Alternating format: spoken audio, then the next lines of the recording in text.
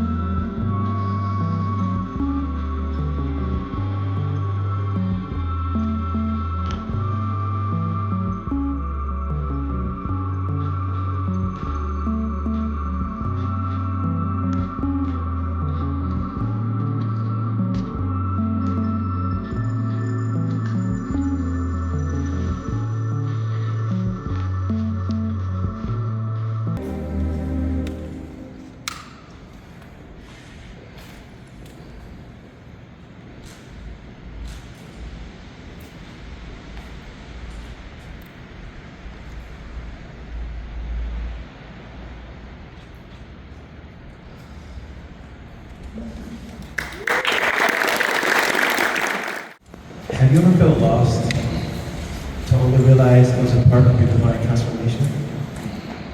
Well, this is my story. As a young kid, born in Akron, Ohio, raised in Los Angeles, I grew up in a broken home. I had to witness my father beat my mom.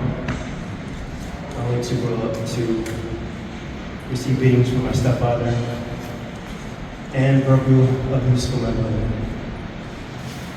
And to only go to high school to face race riots, friends being murdered. I never had a safe space, never had peace, never found a place of protection in the form of love or unconditional love. So this is my environment growing up as a kid. So my only safe space was through watching cartoons, being inspired by superheroes, martial arts films. That was the place I went to find my peace, to find happiness, and find a sense of leadership, and in some cases like fatherhood. So it wasn't until later on growing up I found acrobatics and breakdancing and hip hop. So hip hop for me was a place I could go to put my anger, my pain, my frustration, and feel safe, and to feel like I can be seen and heard, and to live a newfound family. So years go by, I meet a couple friends, and I started to get really good at breakdancing. I started to find my own peace and my leadership in a place that I can go to forge my skill set, to master something, to battle all the dancers across the world. Hey, Lamont, keep a little louder. A little louder? Yeah. Okay, got it. So, years go by, I get really good at it. Fast forward, I get into television and film. I'm able to work with artists all across the world. And I felt great, I felt happy, and then I got married. But then it wasn't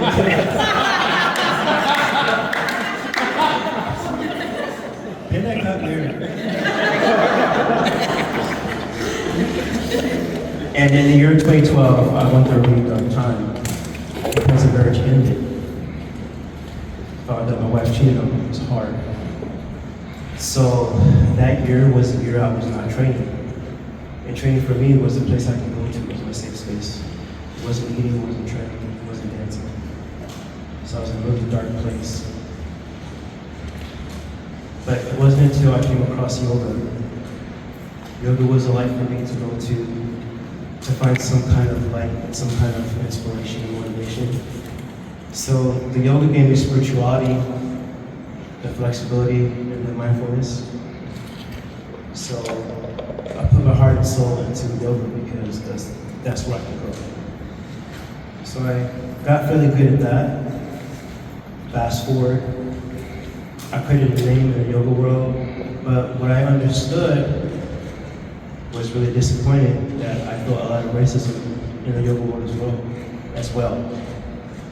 So that threw me off a lot. I was like, wow, where can I go to find my own safe space? So even in the yoga world, I was faced with racism. But that didn't stop me. I kept going.